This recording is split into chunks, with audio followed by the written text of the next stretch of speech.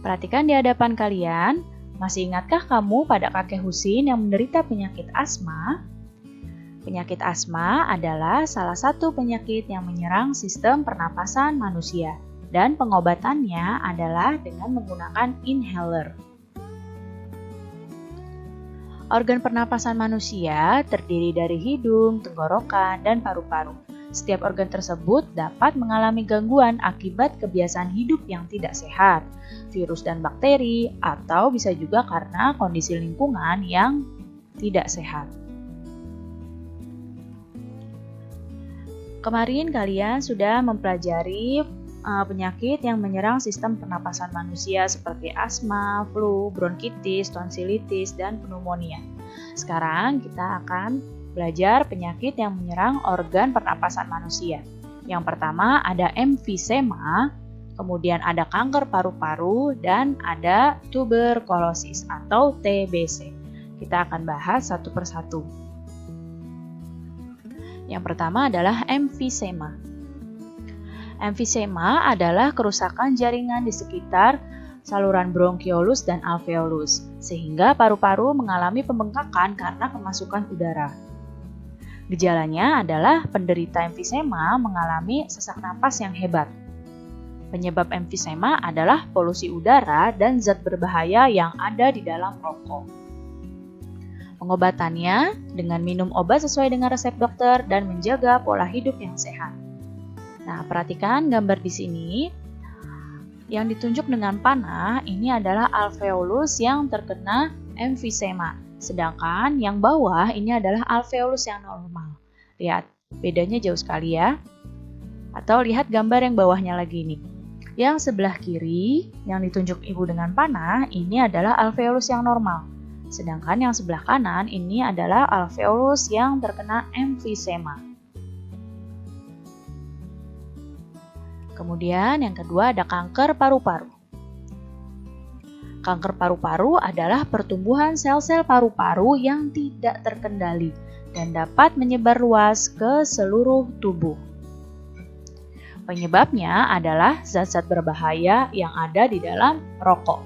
Lagi-lagi penyebabnya karena rokok ya. Gejala kanker paru-paru adalah batuk terus-menerus hingga menjadi batuk berdarah, berat badan yang turun, dan nyeri di dada.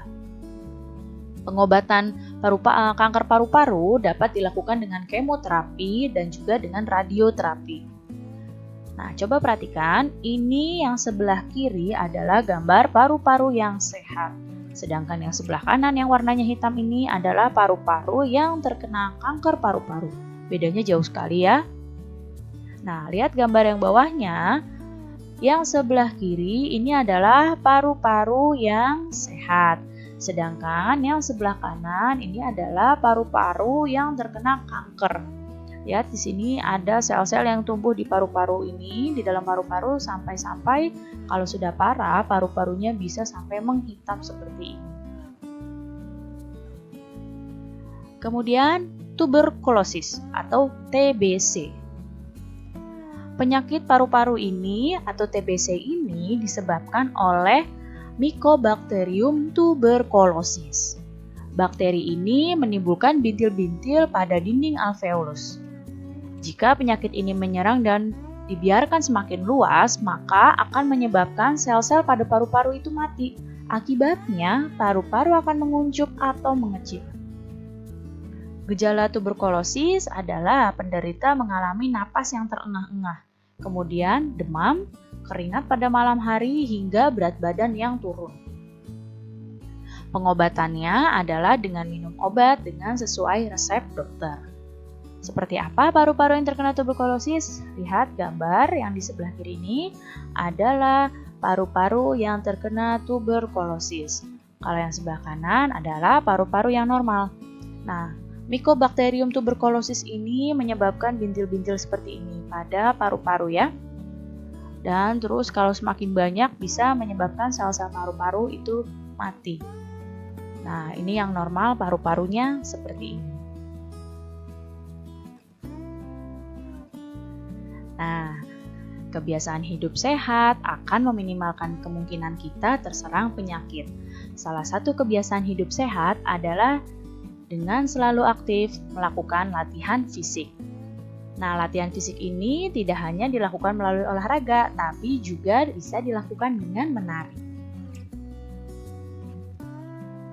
Nah, dalam tarian, apalagi tarian Nusantara, itu ada yang disebut dengan properti tari. Properti tari itu merupakan salah satu unsur pelengkap dalam sebuah tarian.